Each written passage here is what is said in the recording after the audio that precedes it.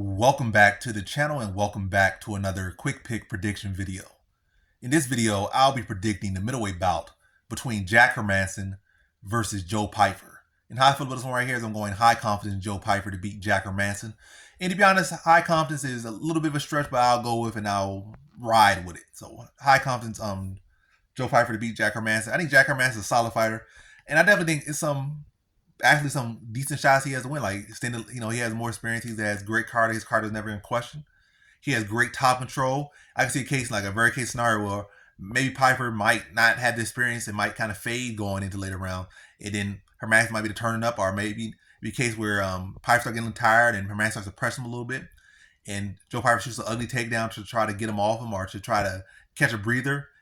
He just end up not getting a takedown to kind of this Hermansson's kind of defending the takedown, end up on top, and he's able to get to a mount or back mount and fight over like that, like a Magni mallet fight. But yeah, that's a very hypothetical. But what I see in this one, I see Pyfer knocking out Hermansson. I think Pyfer has the strength. He has been working on. He's been doing grappling competitions still while he's a fighter. He's been acting like he's been moving like a student of the game. Like you're in college. You're doing your class and you're doing internships as well while he's doing it. So he's doing all the stuff he needs to do to be a star and succeed at this game. Like, he's not just out there fighting once a year and then like, I'm a star, I'm a great, like comes out. Give me the belt. I want to smash everybody, but I fight nobody. I fight every 2 years. He's not doing that. He's out there actually fighting. He's actually taking the right steps. He's gradually coming up the rankings. And he's still doing, I feel like he's still regularly doing grappling competitions. He's doing pretty well, and his grappling's improving. And I feel like his pros strike, he has heavy hands. It might seem like, he's just going to try to defend takedown and swing slide punches. I feel like when he has winning over these guys that, kind of have like these sloppy 500 styles, like where he will look to load up and try to trade with you, hoping to, roll a dice and get lucky and touch your chin. I feel like he didn't go out to this, try to walk them down and oblige them and take it and clip and try to, trade with them and fight style. I feel like he fought smart. And even when he might got power, but he's not a guy that just goes out there and loads up on the shots and looking for a knockout. He don't really. I mean, he finds the head, he push you out, but he's not a guy out there just swinging blindly and full power. He just naturally got power and explosion, so he does the right technique. He doesn't overstand on the shots, and he does it with good technique.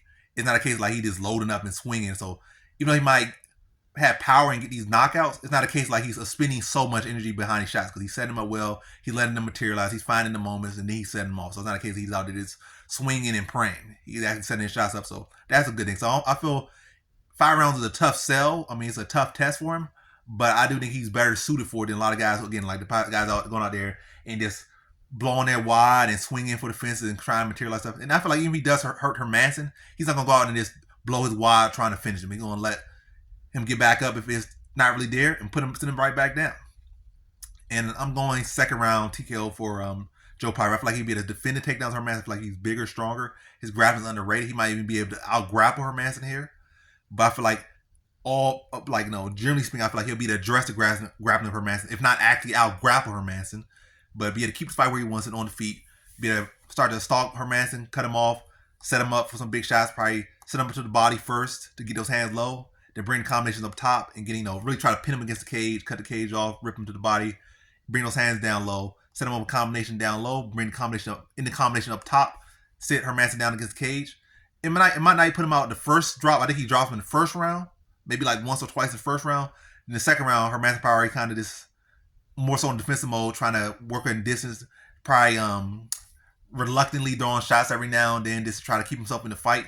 But Pyfer to cut him off, tagging him, and just stand on top of him, and then being able to get that materialize that finish in the second round once he drop him. And this time Hermansson's not defending that well. He's not really fully in his senses. Now he sees it. Like, I see it. This guy is like, he don't know where he's at. A couple more shots, nothing too crazy. He's not like, Pyfer's like a blue collar, seems like a pretty decent guy. So yeah, he should date your daughter. This guy you would be happy that your daughter is dating and whatnot. You would even say, you're a great guy. I want you to date my daughter, marry my daughter, all that stuff.